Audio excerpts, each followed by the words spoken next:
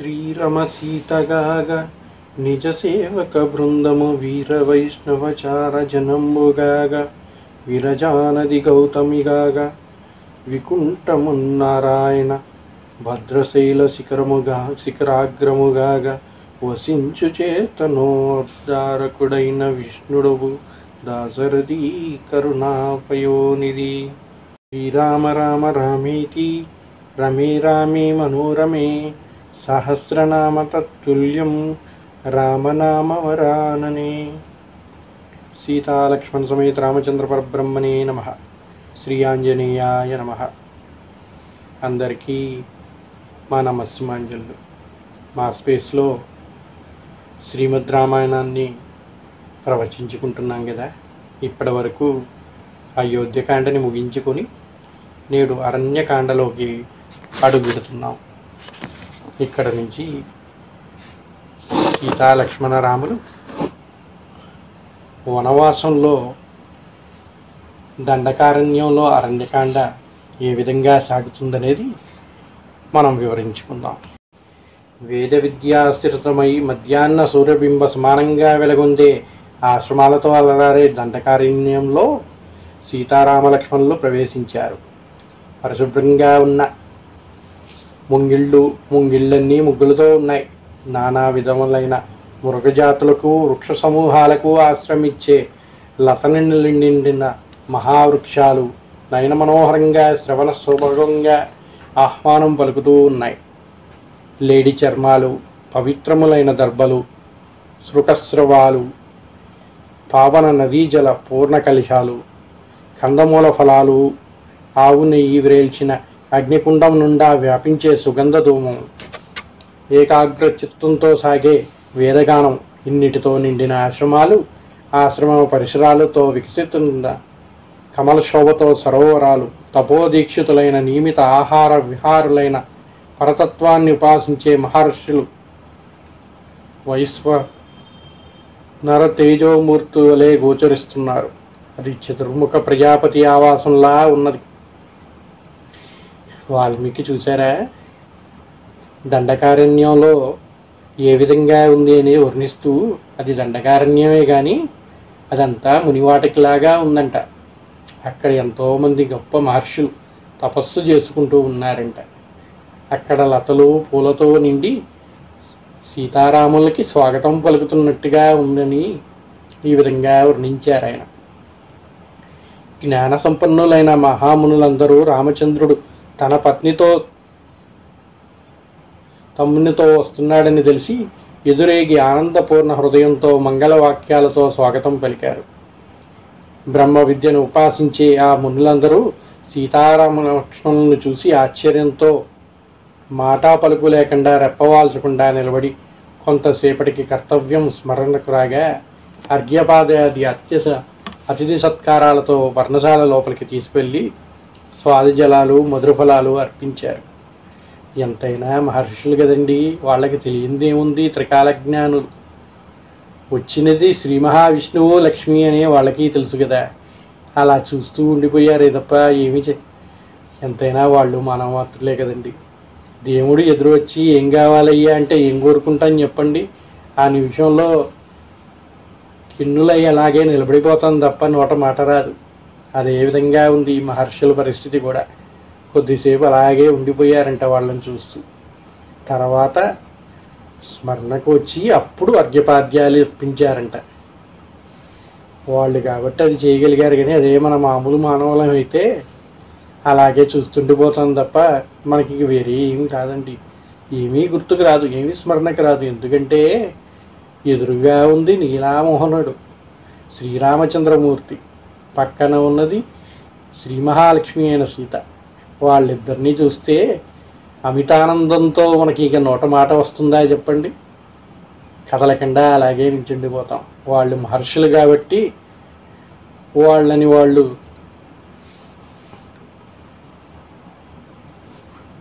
సరి చూసుకొని ఎంతైనా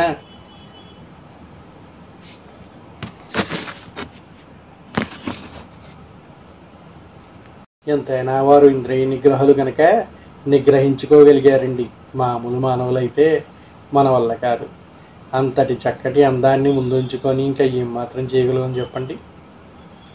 చిరునవ్వుతో రామచంద్రుడు వారి సత్కారాలన్నీ స్వీకరించి విశ్రాంతి తీసుకునే వేళ ఆ మునులు, ఓ రఘువంశీయుడా, నువ్వు మాకు మాన్యుడు, పూజ్యుడు, చక్రవర్తివి. ఇంద్రుని అంశతో ప్రభవించే చక్రవర్తి సర్వప్రజారక్షకుడై వారందరికీ పూజార్హుడవుతాడు. మేమందరం నీ రాజ్యంలో నీ రక్షణలో ఉన్నవారమయ్యా. నువ్వు రాజధానిలో ఉన్నా అడవిలో ఉన్నా మాకు రక్షకుడివే. ఇంద్రియ నిగ్రహంతో జితక్రోధములైన శాపదండాన్ని విడిచి తపోధనార్థులను ఈ అరణ్యంలో ఉన్న మాకు నువ్వే శరణ్యుడు అన్నారు. ఎంతైనా తెలుసు కదండి, వచ్చింది శ్రీ మహావిష్ణువు, శ్రీలక్ష్మి. వాళ్ళని కాక ఎవరిని రక్ష కోరుతారు చెప్పండి? మునులంతా, అయ్యా నువ్వు అరణ్యంలో ఉన్నా రాజ్యంలో ఉన్నా ఎక్కడున్నా నువ్వే పాలకుడు. చక్రవర్తి ఎప్పుడు కూడా సర్వప్రజారక్షకుడు, వారందరికీ పూజార్హుడు అవుతాడు. మేమందరం నీ రాజ్యంలో నీ రక్షణలో ఉన్నవారం అయ్యా. నువ్వే మాకన్నీ ఇంద్రియ నిగ్రహంతో జితక్రోధాలన్నింటినీ విడిచిపెట్టిన వాళ్ళం మేము. ఈ అరణ్యంలో ఉన్న మాకు నువ్వే శరణు అయ్యా, నువ్వే మమ్మల్ని కాపాడాలి అని చెప్పి ప్రార్థించారు. వారందరి వద్ద రాత్రి గడిపి మరునాడి సీతాలక్ష్మణుల సహితుడై అడవి మధ్య భాగానికి ప్రయాణం సాగిస్తున్నాడు శ్రీరామచంద్రుడు. సాగుతున్న కొద్దీ అరణ్యం భయానకంగా ఉంది. ఎటు చూసినా వ్యాఘ్రగర్జనులు, బల్లూక ధ్వనులు, రేవులేని మహాతాటకాలు, చిందరవంద అయిన తీగలతో, విరిగిన చెట్ల కొమ్మలతో, కమ్మిని కొండతో, కూర్చున్న పక్షు సంఘాలతో, నిర్విరామంగా కీచురాళ్ల ధ్వనులతో నిండిన ఆ ప్రాంతం నడుస్తుండగా ఎత్తైన కొండ వంటి దేహంతో విరుదుడు ఎదురుపడ్డాడు. దండకారణ్యం అంటే తెలియదే ఉండండి. ఈరోజంటే చెట్లన్నీ పోయి అడవి తగ్గిపోయింది, కానీ భద్రాచలం అడవుల్ని దండకారణ్యం అనేవారు. శ్రీరాముడు ఇక్కడ అడుగు పెట్టిన పుణ్యస్థలం అండి ఇది.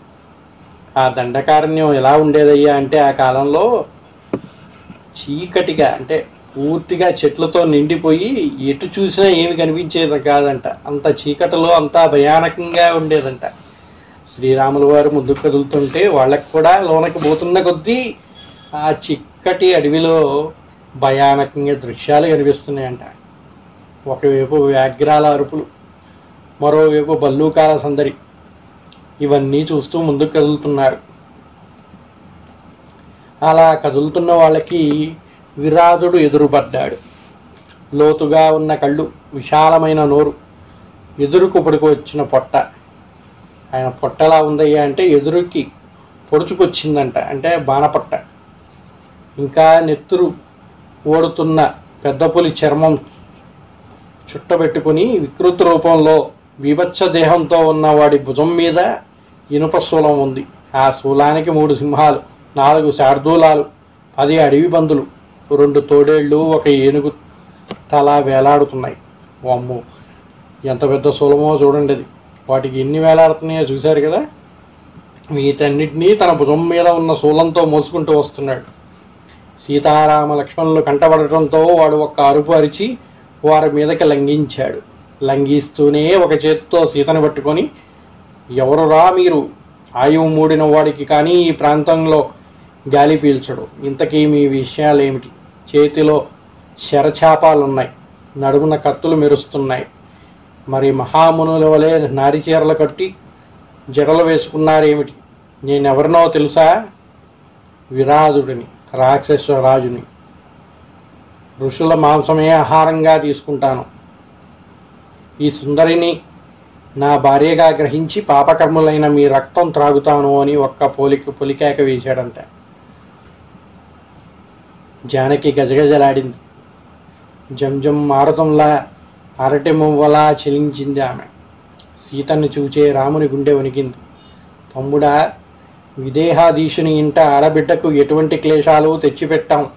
కైకేయ తన కొడుక్కి రాజ్యం కోరి ఊరుకోక ఈ వనవాసం నాకెందుకు విజయించిందో ఇప్పుడు తెలుస్తున్నది. ఆవిడ కోరిక పూర్తిగా నెరవేరింది. కన్న తండ్రి కన్ను మూసినా కళ్ళు ముందుకొచ్చిన కోసల రాజ్యలక్ష్మి కాకుండా పోయిన నాకు గుండె జారలేదు. ఇప్పుడు దుష్టుడి చేతిలో జానకి చిక్కుబడేసరికి అంటూ గద్గద గురాత్మంతో లక్ష్మణుడు కోడత్రాచులా బుసగొట్టాడు. అన్నా దేవేంద్ర నువ్వేనా మాట్లాడుతున్నది? నువ్వు చూస్తే మామూలు వాడి కాదు, దేవేంద్ర సమానుడు. అటువంటి నువ్వా ఇట్లా మాట్లాడుతుంది? నా వంటి సేవకుడుండగా నీకెందుకు బాధ? ఇదిగో బాణం సంధిస్తున్నాను, ఇది వాడి శిరస్సును నరికి రక్తపానం చేసి నేల కూలుస్తుంది అన్నాడు. నా క్రోధాగ్ని వజ్రాయుధంగా సాగి వీణ్ణి భూపతితుని చేస్తుంది అన్నాడు. విరాధుడు హుంకారించాడు. ఇంతకీ మీరెవరు? ఎక్కడకు ప్రయాణం అనగా రాముడు, మేము ఇక్షాకవంశ క్షత్రియులం, అరణ్యవాసానికి వచ్చాం. ఇంతకీ నువ్వెవడు? ఇక్కడ ఎందుకుంటున్నావు అన్నాడు. రక్షణ కోటి నన్ను విరాధుడినిగా పిలుస్తుంది. రాక్షస కోటి అంతా కూడా నన్ను విరాధుడని పిలుస్తుంది. నేను శతవద కొడుకుని, జపుడు నా తండ్రి. నా తపోదీక్షకు బ్రహ్మ ప్రసన్నుడై శాస్త్రాలతో అత్యుత్యుడైన అవధ్యుడు అవుతావని వరమిచ్చాడు. అందుచేత మీరు అనవసర శ్రమ పడకుండా ఈ పిల్లను వదిలిపోండి, మీ ప్రాణాలు మీకు దక్కుతాయన్నాడు.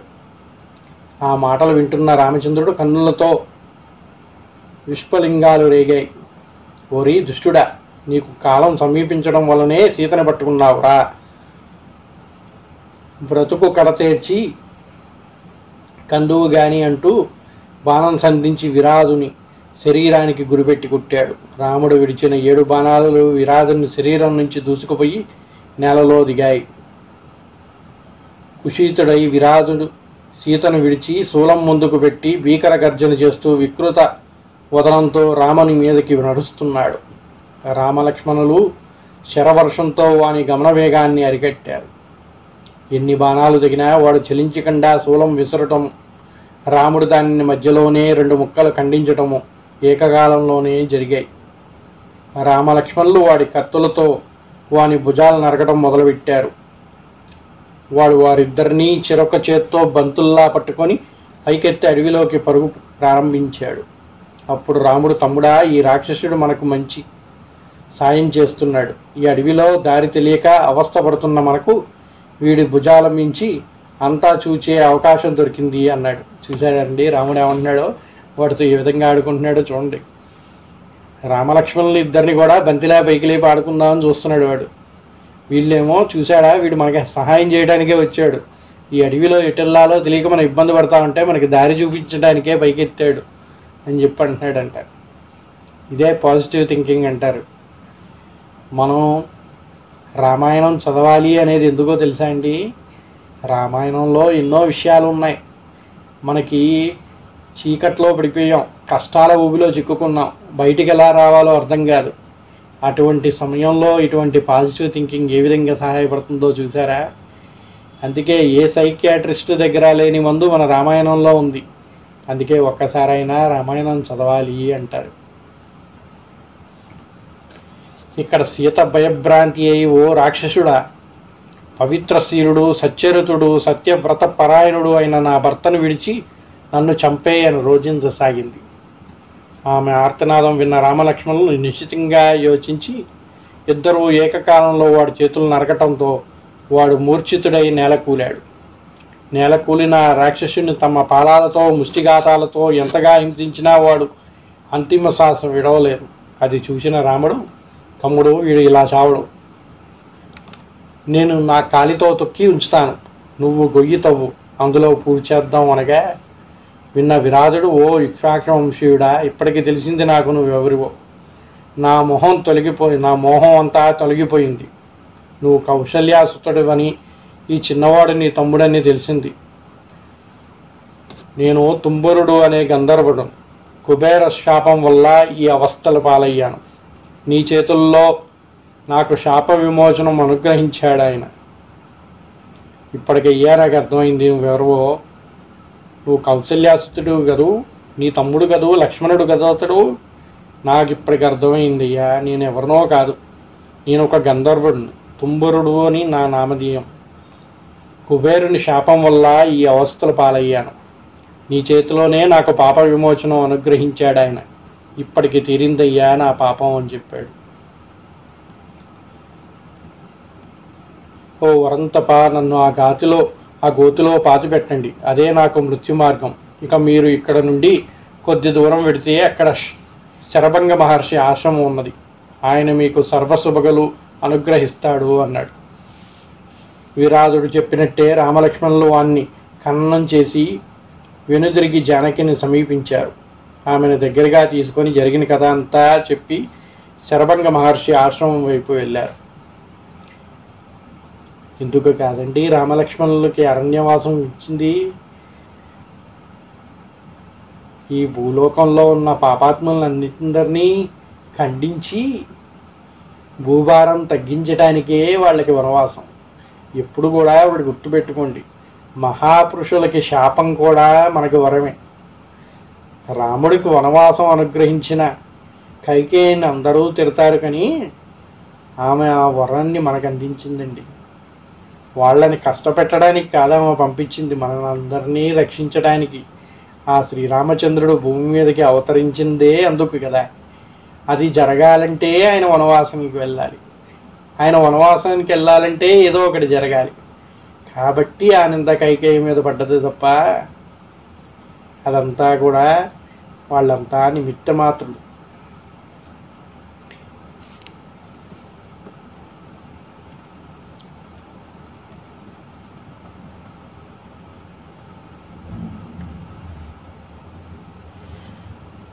శరభంగ మహర్షి ఆశ్రమం వైపు వెళ్ళారు. ఆశ్రమాన్ని సమీపించే వేళకు ప్రజ్వలిత మహాద్యుతులైతే ఒకానొక దివ్య పురుషుడు రథంలో ఉన్నాడు. రథం ఆకాశ వీధిలోనే ఉన్నది. ఆ పురుషుడు దిగివచ్చాడు. ఆయన పాదాలు నేలను తాకడం లేదంట. స్వచ్ఛ వస్త్రధారి అయి దివ్యమాల్యాలను లేపనాలతో శరద్రాక్ష చంద్రబింబ సదృశం చిత్రంతో ఉన్నాడు ఆయన. ఇరువంకలో చామరదారులు ఉన్నారు. అది చూసి రాముడు, తమ్ముడా చూసావా, అంతరిక్షంలో ఆదిత్య మండలంలో ఆ రథం చూసావా? ఆ రథానికి ఉంచిన అశ్వాలు చూడు ఎలా ఉన్నాయో. మనం చిన్ననాడు ఉన్న దేవేంద్రుని రథాశ్వాల వల్లే ఉన్నాయి కదా. చిన్ననాడు మనకి చెప్పారే మునులు, మన గురువులు, వాళ్ళు చెప్పినట్టు లేవు ఆ రథానికి ఉన్న అశ్వాలు.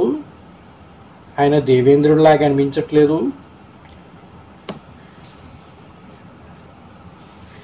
దాన్ని పరివేష్టించి ఉన్నవారందరూ ఎర్రని బట్టలతో ఖడ్గపానులై నడి వయస్సులో ఉన్నారు. ఆ మహాపురుషుడు మహర్షితో ఏమో మాట్లాడుతున్నాడు. నువ్వు సీతతో ఇక్కడ ఉండు, నేను వెళ్ళి వివరం తెలుసుకొస్తాను అని ఆశ్రమ ప్రాంగణం సమీపించాడు. అది గమనించిన దేవేంద్రుడు ఆ సమయంలో అక్కడ ఉండరాదు అనుకొని అంతర్ధానుడయ్యాడు. సీతాలక్ష్మణులతో రామచంద్రుడు ఆశ్రమంలో అగ్నిశాల వద్ద శరభంగను దర్శించి పాదాభివందనం చేశాడు. వెంట ఉన్నవారు కూడా మహర్షికి అభివాదం చేశాక రాముడు సవాప్రాయంగా చూడగా శరభంగ మహర్షి చిరునవ్వుతో, దేవేంద్రుడు స్వయంగా వచ్చాడు నన్ను తీసుకువెళ్ళడానికి. నా తపోదీక్ష నాకు బ్రహ్మలోక ప్రాప్తిని అనుగ్రహించింది. నువ్వు వస్తున్నావని తెలిసి నిన్ను చూడకుండా వెళ్ళరాదని ఆగిపోయాను. తపశ్శక్తితో నేను సాధించిందంతా నీకు అర్పిస్తాను అనగా రాముడు, మహర్షి నన్ను స్వశక్తితో వాటిని సాధించుకోనివ్వండి. ఈ అడవిలో మాకు వనయోగ్యమైన స్థానం ఏదో చెప్పండి అని అడిగాడు. మహర్షి చూసారా అండి, ఆయనకి బ్రహ్మలోక ప్రాప్తి కలిగిందంట. ఆయన్ని తీసుకెళ్ళడానికి దేవేంద్రుడే స్వయంగా వచ్చాడు. కానీ ఆయనకి రాముడు దర్శనం అవ్వగానే, ఆయన వస్తున్నాడని తెలియగానే ఆయన దర్శనం చేసుకోవాలని ఆగిపోయాడు. ఎప్పుడైతే శ్రీరాముడిని చూశాడో ఆ బ్రహ్మలోకం కూడా ఆయనకి వద్దనుకున్నాడండి. అదంతా చిన్నవి, ఇవేవీ నాకు అవసరం లేదు, నా తపశ్శక్తినంతా నీకు ధారపోస్తాను స్వామి అన్నాడు. కానీ రాముడు అంగీకరించలేదు. ఎందుకంటే ఎవరు చేసిన పుణ్యాలు వాళ్ళకేనండి, ఎవరు చేసిన పాపాలు వాళ్ళకే. ఆయనకి కలిగినటువంటి భాగ్యాన్ని ఆయన ఎందుకు తీసుకుంటాడు చెప్పండి? అయినా శ్రీమన్నారాయణుడు వరాలు ఇచ్చేవాడు వరాలని లాక్కుంటాడా? కాదు కదా. అందుకే అన్నాడు, స్వామి నా సొంతంగా నేను సాధించుకోవాలి ఆ శక్తిని. ఈ అడవిలో మాకు నివాసయోగ్యమైన స్థానం మాత్రం చూపించండి అని అడిగాడు.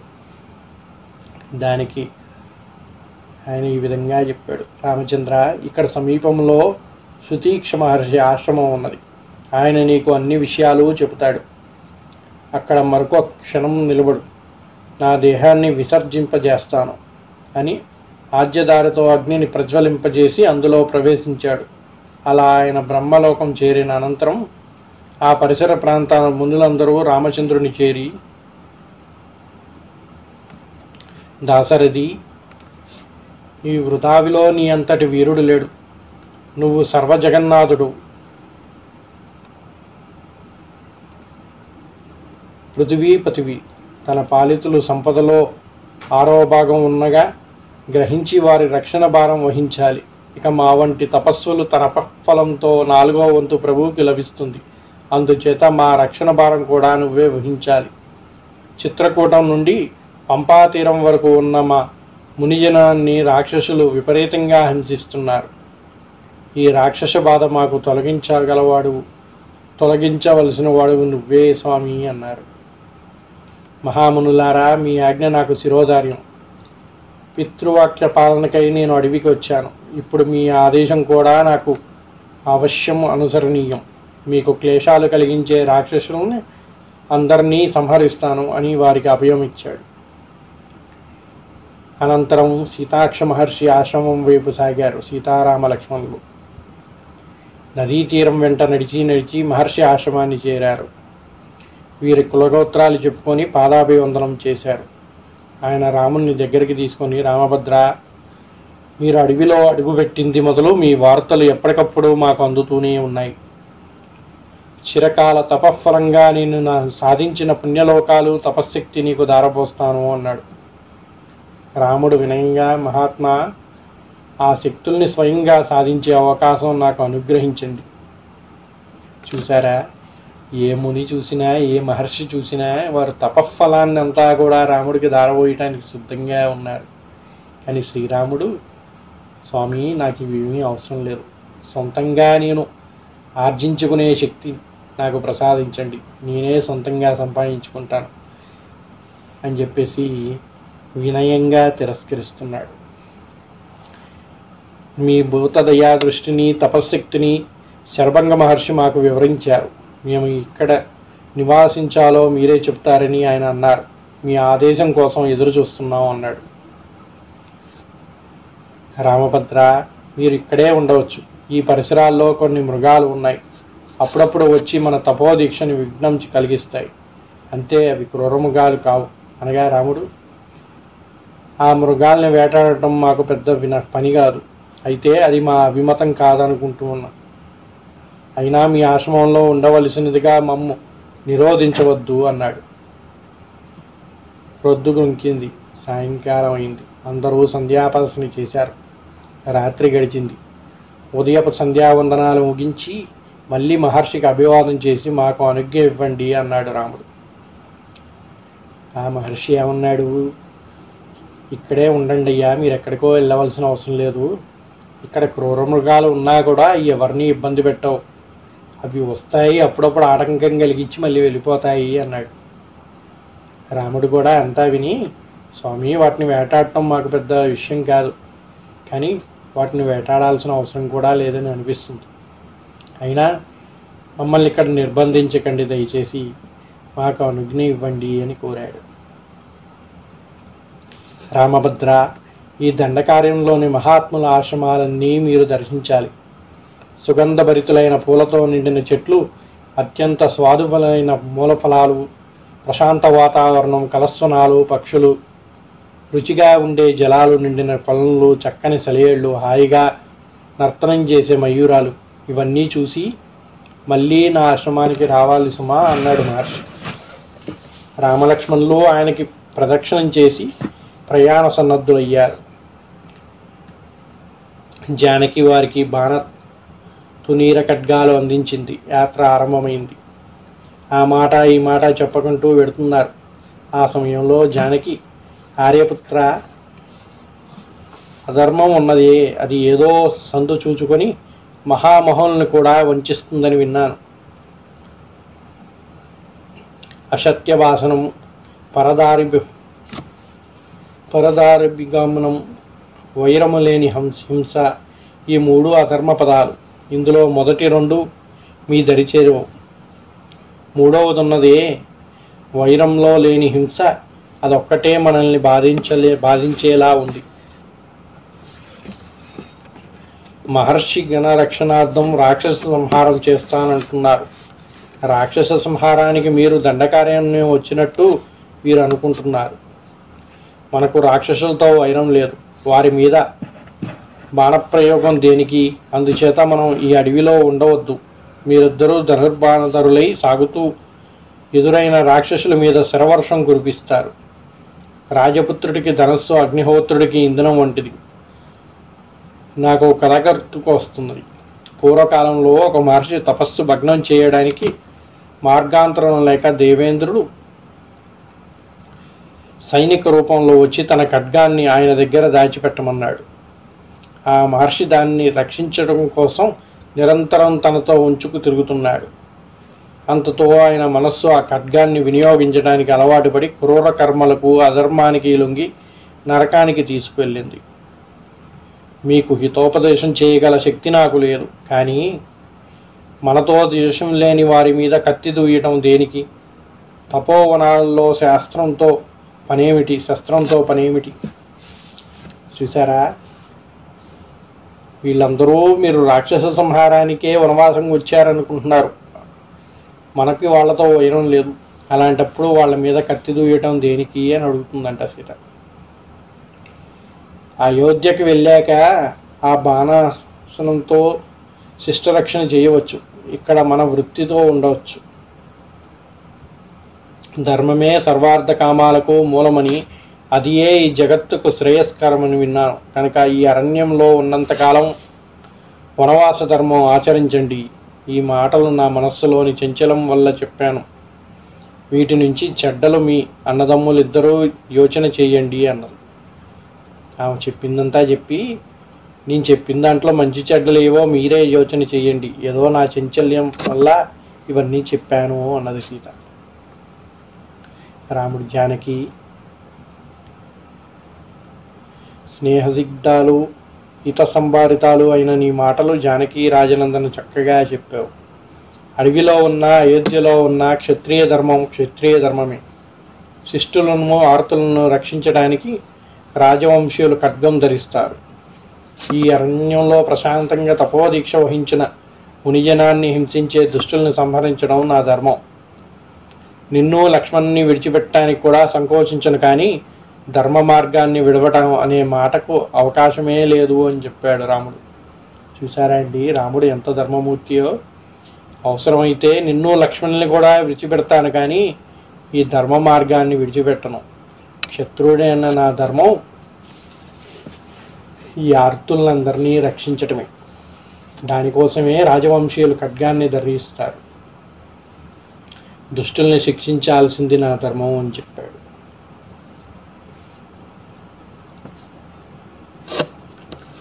ఈ జీవితాన్ని తృణప్రాయంగా వదలడానికైనా అంగీకరిస్తాను, కానీ చేసిన ప్రతిజ్ఞను, ఆడిన మాటను తప్పను అని సమాధానపరిచాడు సీతాదేవి. యాత్ర సాగుతున్నది. ముందుగా రాముడు, ఆ వెనక సీత, ఆమెను అనుసరించి లక్ష్మణుడు. శైల సానువులే పద్మ సరోవరాలు, వనవరహాలు, అడవి దున్నలు, చీకటి కొండవలే ఏనుగుల గుంపులు అన్నిటినీ చూస్తూ సంధ్యా సమయానికి ఒక సరోవర తీరానికి చేరారు.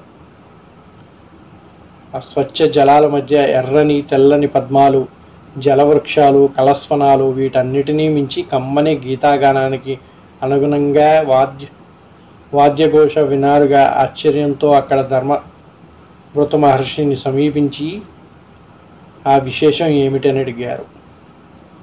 వాళ్ళు అలా చూస్తూ ఉన్నారంట. సాయంత్రం అయ్యేసరికి ఒక సరోవర తీరానికి చేరారు. అక్కడ చూస్తే కమ్మని గీతగానం వినిపిస్తుంది. వాద్యఘోష కూడా వినిపిస్తుంది. ఆశ్చర్యంగా అక్కడ ధర్మవృత మహర్షి అనే ఆయన్ని సమీపించారు. ఏమిటి స్వామి విచిత్రం అని ఆయన అడిగారంట. మందకర్ణి అనే మహర్షి ఇక్కడ దీర్ఘకాలం వాయుభక్షణతో తపస్సు చేస్తుంటే దేవతలు భీతులై 5 అప్సరస్సులను పంపించారు. ఆయన కామవశుడయ్యాడు. వారు ఆయన్ని భర్తగా సేవించడం మొదలుపెట్టారు. వారి కోసం ఈ సరోవరంలో ఒక భవనం నిర్మించే ఆయన తన తపప్రభావంతో ఆయన నిత్య యవ్వనుడైన మీకు వినిపించే నృత్య గీతాలన్నీ ఆ భవనం నుంచే వచ్చేవయ్యా అన్నాడు ఆయన. అవి ఎక్కడి నుంచి వస్తున్నాయనే కదా ఆశ్చర్యంగా మీరు చూస్తున్నారు. మందకర్ణి అనే ఒక మహర్షి ఉండేవాడు. ఆయన చాలా కాలం వాయుభక్షణతోటే తపస్సు చేస్తుంటే దేవతలందరూ భయపడిపోయారు. ఆయన తపస్సుని ఏ విధంగా భంగం కలిగించాలని 5 అప్సరస్సులను పంపించారంట. వాళ్ళందరినీ చూసి కామవశుడైన మహర్షి వారి కోసం ఆ సరోవరంలో ఒక భవనాన్ని నిర్మించారు. వారందరూ కూడా ఆయన్ని భర్తగా సేవించడం సాగారు. తన తపప్రభావంతో ఆయన నిత్య యవ్వనుడవుతున్నాడు. మీకు వినిపించే ఆ నృత్యగానాలన్నీ కూడా ఆ భవనం నుంచే వస్తున్నాయి అని చెప్పారు. అది విన్న ఆశ్చర్యపడ్డారు వారు. నెమ్మదిగా ముందు సాగి ఆ ప్రాంతాల మునిచంద్రులను దర్శించి ఒక చోట కొంతకాలం ఉంటూ క్రమంగా 10 సంవత్సరాలు గడిపారు. అనంతరం సుతీక్ష మహర్షి ఆదేశానుసారం తిరిగి ఆయన ఆశ్రమానికి చేరారు. మహర్షి ఈ అరణ్యంలో ఎక్కడికి వెళ్ళినా అగస్త్య మహాముని ప్రశంసలే వినిపిస్తున్నాయి. వారిని దర్శించాలని ఉంది. మీరు దారి చెబితే వెళ్ళి వారి ఆశీర్వచనాలు పొందుతాం అనగా, రామభద్ర నేను చెప్పాలనుకుంటున్నాను, మీరే అడిగారు. దక్షిణంగా 4 యోజనాల దూరం పెడితే అగస్త్య భ్రాత ఆశ్రమం. అక్కడ దట్టంగా రావి చెట్లు, సరోవరాలు. రాత్రిగా అక్కడ గడిపి మరునాడు ఉదయమే బయలుదేరి దక్షిణంగానే మరో యోజనం వెళ్తే అగస్త్య ఆశ్రమం ఉన్నది. మీరు ఇక్కడి నుంచి 4 యోజనాల దూరం వెళ్తే అక్కడ అగస్త్యుడి యొక్క భ్రాత అంటే అన్న ఆయన ఆశ్రమం ఉంది. అక్కడ అన్నీ దట్టంగా రావి చెట్లు ఉంటాయి, సరోవరాలు ఉంటాయంట. రాత్రికి ఆయన దగ్గర గడిపి మరునాడు ఉదయమే దక్షిణంగా బయలుదేరితే మరొక యోజనం దూరంలో అగస్త్యుని ఆశ్రమం కనిపిస్తుంది అని చెప్పాడు. ఇక ఆయన అనుజ్ఞ పొంది వారు ప్రయాణం సాగించి దట్టంగా పెరిగిన రావి చెట్ల నీడలో ఉన్న అగస్త్య భ్రాత ఆశ్రమానికి చేరుతున్నారు. అగ్ని కార్యానికి అవసరమైన కట్టెల మోపులు, వైడూర్య కాంతులతో దర్భప్రోవులు, యజ్ఞశాలల నుండి శ్వేతధూమం, నదీ జలాల్లో స్నానం చేసి సంధ్యన ఉపాసించి బ్రహ్మవాదులు అలా ఆ మహారణ్యాన్ని వినియోగం చేసిన అగస్త్యుని ప్రభావం గుర్తుకు రాగా రాముడు, లక్ష్మణ, వాతాపి, ఇల్వలుడు అనే 2 రాక్షసులు ఉండేవారు ఇక్కడ. వారికి విప్రమాంసం కానీ రుచించేది కాదు. అందుకని వారు ఉయ్యలు బ్రాహ్మణ వేషం ధరించి దారి కాచి అటు పోయే విప్రుల్ని భోజనానికి ఆహ్వానించేవారు. వీరెవరో కాదండి, మనం వాతాపి జీర్ణం అని చెప్పుకుంటాం చూసారా, ఆ కథయే ఇందులో వచ్చింది. వాతాపి, ఇల్వలుడు అనే 2 రాక్షసులు ఉండేవాళ్ళు. వాళ్ళు ఏం చేసేవాళ్ళు అయ్యా అంటే, అక్కడ ఉండే బ్రాహ్మణులు, విప్రులు ఎవరైతే ఉన్నారో వాళ్ళందరికీ బ్రాహ్మణ వేషం ధరించి అడిపోయే వాళ్ళందరినీ భోజనానికి ఆహ్వానించేవారు. ఎప్పుడు కూడా ఆతిథ్యం స్వీకరించండి స్వామి అని అడిగిన వాళ్ళని ఎవరిని కూడా బ్రాహ్మణులైన వాళ్ళు కాదని వెళ్ళకూడదు అని చెప్పి నియమం ఉండేది. అందువలన వారు వచ్చి వాతాపి ఇచ్చిన ఆహారాన్ని స్వీకరించేవారు. దీంట్లో ఒక మర్మం ఉన్నది. ఈ వాతాపి ఏం చేసేవాడంటే ఒక మేక రూపంలోకి మారిపోయేవాడంట, మేకగా. ఇల్వళ్ళు వారిని నరికి మాంసం వండి వడ్డించేవాడు. వచ్చిన బ్రాహ్మణులందరూ కూడా ఆ మేక మాంసాన్ని తృప్తిగా భుజించి కూర్చునేవాళ్ళు. వాతాపి ఎప్పుడైతే వీళ్ళ పొట్టలోకి వెళ్ళారో వాతాపి రారా అనేవాడు ఇల్వలుడు. వాతాపి ఆ అతిథి పొట్టని చీల్చి వచ్చేవాడు. అనంతరం వారిరువురు ఆ విప్రుని ఆరగించేవారు. వారు ఈ విధంగా చిరకాలం సాగించారు. అది తెలిసి అగస్త్య మహర్షి స్వయంగా అక్కడికి వచ్చి వారి ఆతిథ్యాన్ని స్వీకరించి హాయిగా విశ్రాంతి తీసుకుంటున్నాడు. అలవాటు ప్రకారం ఇల్వలుడు పిలిచాడు. అది విని అగస్త్య మహర్షి, ఇంకా ఎక్కడ వాతాపి, ఈ పాటికి వాడు యమునదనం చేరి ఉంటాడు అని అనటంతో ఇలుడు తీవ్ర క్రోధంతో ఆ మహర్షి మీదకి రాబోగా ఆయన కన్నులెర్ర చేసి వానిని బూడిద చేశాడు. అది కదా అని చెప్తుంటే వారు మార్గాయాసం లేకుండా ముందుకు నడిచారు. ఇదే కథని వినాయకుడు బ్రాహ్మణ రూపంలో వచ్చి ఈ విధంగా వాళ్ళు ఇచ్చిన ఆహారాన్ని స్వీకరించి వాతాపి జీర్ణం అని చెప్పాడని కూడా మరో కథ చెప్తారు. అది ఇక్కడ అగస్త్యుడు చూసిన రూపంలో చెప్తున్నారు. అగస్త్య భ్రాత ఆశ్రమం ప్రవేశించారు. అలా ముందుకు సాగుతూ ఇవి కథలన్నీ చెప్పుకుంటూ కలుస్తుంటే వాళ్ళకి ఎంత దూరం నడిచామనేది కూడా తెలియకుండా పోతుందంట. అలా తిరుగుతూ అగస్త్య భ్రాత ఆశ్రమం ప్రవేశించారు. వారి అభివాదాలు అందుకున్న ఆయన వారికి ఆతిథ్య మర్యాదలు నిర్వర్తించాడు. ఆ రాత్రికి అక్కడ క్షీణించి మరునాడు తెల్లవారుతుండగానే ఆ మహర్షి ఆజ్ఞ పొంది ప్రయాణం ఆరంభించారు. పనస, సాల, మధుక, బిల్వ వృక్ష సమూహాలతో ఫలపుష్పశోభిత తరువులతో లతలతో అలరారే ప్రకృతి శోభను తిలకిస్తే రాముడు వాటి విశేషాలు సీతకు లక్ష్మణుడికి వివరిస్తూ ముందుకు సాగాడు. తమ్ముడా, చూసావా, ఈ పరిసరాల్లో మృగాలు ప్రశాంతంగా చరుస్తున్నాయి. పక్షులు కలస్వనాలు వినిపిస్తున్నాయి. స్నిగ్ధ పత్రాలతో లతా తరువులు ప్రకృతి సౌందర్యం ఇనుమడింపజేస్తున్నాయి. రాక్షసి భీత కారణంగా ఒకనాడు ఈ దక్షిణ దిశ వైపు ఎవ్వరూ కన్నెత్తి చూడలేకపోయేవారు. అటువంటిది అగస్త్య మహర్షి ఆశ్రమ ప్రభావంలా ఎంత ప్రశాంతంగా ఉన్నదో చూసావా. ఆ రోజుల్లో మెరుపుతో స్పర్ధ కలిగి వింధ్య పర్వతం సూర్యమండల పర్వతం వ్యాపించగా ఆయన తన శాసనంతో దీన్ని ఇలా ఉంచాడు. అంతటి మహాంతర తపశ్శక్తి కలిగిన ఆయన పురాణ పురుషుడయ్యా. మనం ఇంకా మిగిలిన కాలాన్ని ఈయన ఆశ్రమ నివాస సమీపంలోనే గడుపుదాం.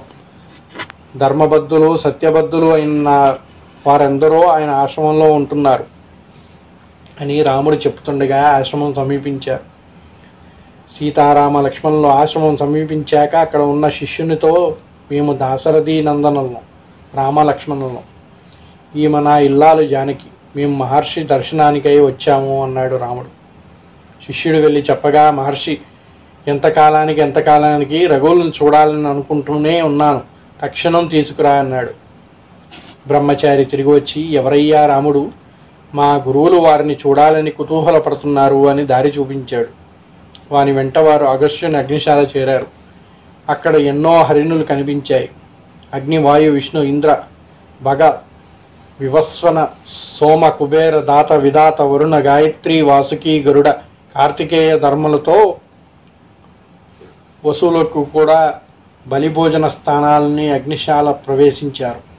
వారిని చూసి అగస్త్యుడు శిష్యుని సమేతంగా ఎదురు వచ్చి స్వాగతం పలికాడు. రామచంద్రుడు ఆయనకి పాదాభివందనం చేశాడు. ఆయన రాముని లేవనెత్తి దగ్గరగా తీసుకున్నాడు. సీతానంతరం లక్ష్మణుడు ఆయనకి అభివాదం చేశారు. వారికి అర్ఘ్యపాద్యాలు ఇచ్చాక పూలమాలలు ఆరగింపజేసి మహర్షి, రామభద్ర, అగ్నిహోత్రుని అర్చించిన అనంతరం అతిథి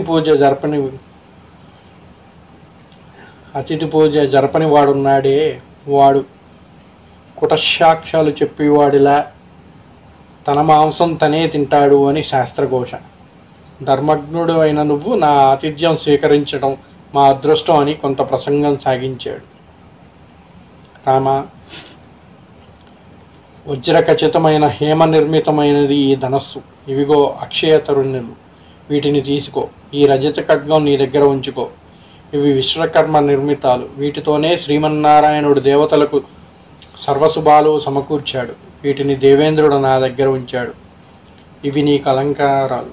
వీటితో ఇంద్రం సమ పరాక్రముడై విజయశ్రీ విరాజితుడవై కాగలవు అని వారి ముగ్గురిని చూచి, నా మీద మీకున్న ఆదరణలకు ఆనందిస్తున్నాను. ఎంతో శ్రమపడి నన్ను చూడాలని వచ్చినందుకు సంతోషంగా ఉంది. ప్రయాణంలో బాగా అలసి ఉన్నట్టున్నారు. ఈ జనకరాజన నందిని మరీ సుకుమారి కనుక మీరంతా అలసినట్లుంది. నా మీద గాఢానురాగంతో ఈ అరణ్య క్లేశాలు అనుభవించడానికి వచ్చింది. ఈ లోకం ఉన్నదే ఇది చాలా విపరీతమైనది. భర్త శ్రీమంతుడైతే ఆ సుఖభోగాలు అనుభవించడానికి స్త్రీలు ఇష్టపడతారు. పరిస్థితులు తారుమారైతే ఆ భర్తని విడవడటానికి కూడా వెనకాడరు. స్త్రీ హృదయం ఉన్నదే ఇది ప్రహైతుకం వలె చంచలమైనది, నిశిత శాస్త్రం వలె పదునైనది, గరుత్మంతుని వలె వేగంగా సాగగలదు. కానీ జానకి వీటన్నిటినీ విడిచినది, తిదబ్నంగా ఉంది. నిన్నే పరమంగా చూసుకునే ఈమెకు మనఃక్లేశం కలగకుండా చూసుకోవాలయ్యా. అరుంధతి వంటి సచరిత్రయే ఈమె. ఆమె కోరిక సమయానికి తీరుస్తూ ఉండాలి అన్నాడు. రాముడు మహాత్మా, మీ అనుగ్రహానికి నోచుకున్న మాకంటే అదృష్టవంతులు ఎవరు? మాకు ఈ పరిసరాల్లో వనయోగ్య స్థానాన్ని నిర్దేశించండి అని వినయంగా అడిగారు. ఇక్కడతో ఈ భాగాన్ని ముగించుకొని పంచవటిలో రామభద్రుడి ప్రవేశం దాని గురించి మరో అధ్యాయంలో చెప్పుకుందాం. స్వస్తి. సర్వే జనా సుఖినో భవంతు.